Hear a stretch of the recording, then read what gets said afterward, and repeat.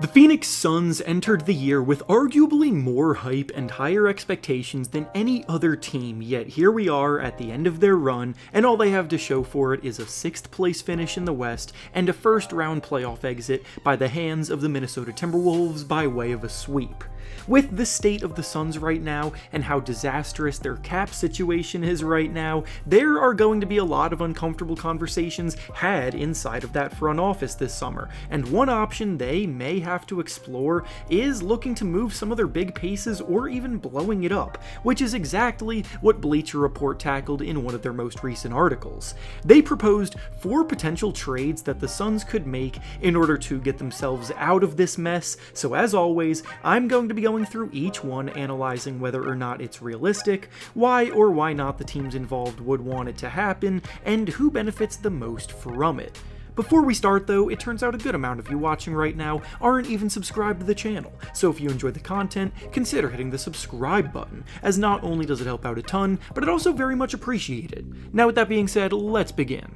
The first proposal from the article is with the Orlando Magic, and in it the Suns receive Joe Ingles and Cole Anthony for Bradley Beal. It's honestly just sad to see this being the state that Bradley Beal is viewed value-wise, but honestly it's hard to argue he's worth much more of an offer than this. He's still a capable and efficient scorer, don't get me wrong, but almost every other bit of baggage that comes with him makes him a pretty big negative. Beal is turning 31 years old in June. He has nagging back issues that will have the possibility of flaring up for the rest of his career. He's realistically only good enough to be a team's 3rd option at this point, and he has a monstrosity of a contract being owed $161 million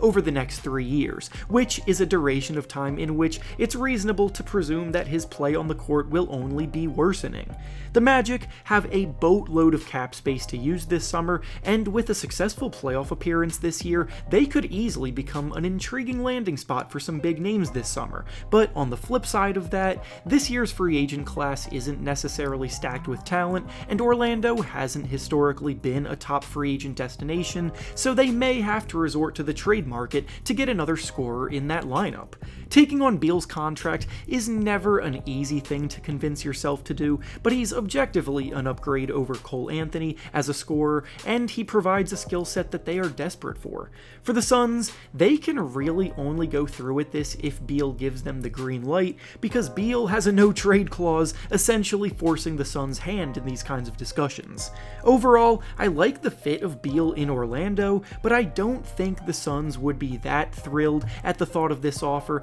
and I also can't really see Beal forcing a trade to Orlando, leaving Durant and Booker behind, which is ultimately where this trade would break down.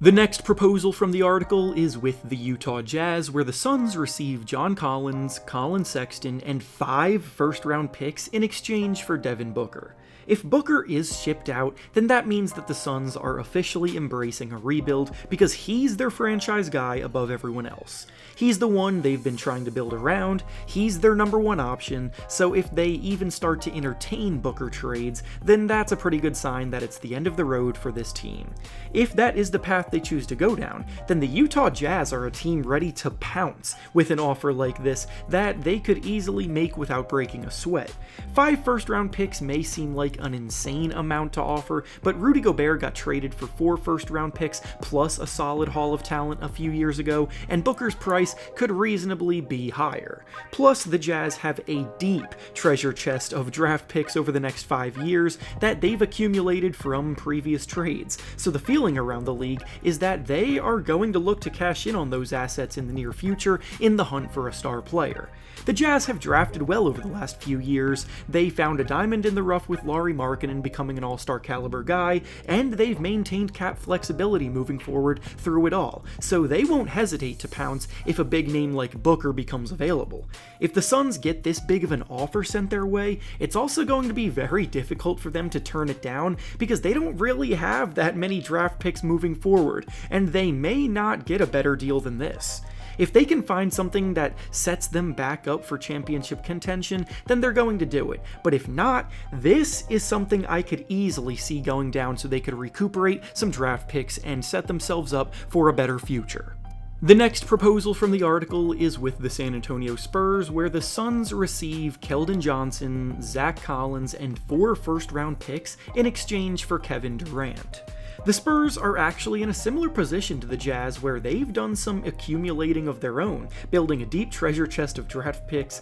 as they own multiple first-round picks in each of the next 5 drafts. So with Victor Wembanyama single-handedly speeding up their timeline, they too are in a position to go star hunting. Kevin Durant is no stranger to jumping around looking for a new team to join with up-and-coming stars, and Wembanyama himself has talked in length about how much he has learned from and admired Kevin Durant's game growing up, so to then bring him in to help his development even further by making them teammates playing together every day would definitely be an idea that the Spurs would be intrigued by. If the Suns are unloading everybody, then the offers with a ton of first-round draft picks will definitely be turning their heads like this one from the Spurs includes. But even with everything I just said, I still have some reservations about this from the Spurs' perspective. Yes, it would be amazing for Durant to mentor Victor Wembanyama, but at the same time, Durant is going to be 36 years old by the start of next season, and the Spurs should be prioritizing the long view with how they build around Wemby.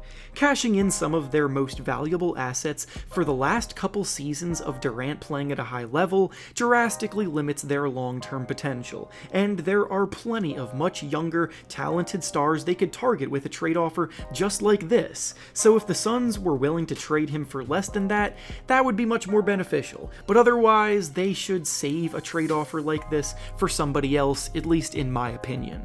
And finally, the last proposal from the article is with the Grizzlies, where the Suns receive Brandon Clark, Derrick Rose, a first-round pick and a second-round pick in exchange for Jusuf Nurkic. This last offer is more so based on if the Suns want to try to make a smaller move around the margins to try to salvage things moving forward, and I do at least see the logic behind it. The Grizzlies were one of the worst rebounding teams in the league this season, and Nurkic is a terrific rebounder who could add some much-needed size in the middle of the Grizzlies lineup. With Ja Morant coming back next season, they're going to want to pick right back up where they left off 2 seasons ago, and addressing one of their biggest weaknesses would help them do that. My issue is that for the Suns, this isn't really moving any kind of needle for them at all. Brandon Clark is what he is at this point 5 years into his career, which is an energetic big man who plays hard on both ends while providing some versatile defense in limited minutes, but the Suns already have enough struggles defensively, and choosing to become an even smaller lineup will not help them there. Clark can be a good piece of a defense, but he cannot be your team's rim protector in the middle, especially not a Suns defense that already can't stop anybody. If it's the best they can do, then they might as well just keep Nurkic, because going through with it would just make things worse, honestly. And with that being said, that's all I have for you today. Make sure to like the video, subscribe to the channel, and comment down below what you think about the proposed trades. Thanks for watching, and I'll see you all next time.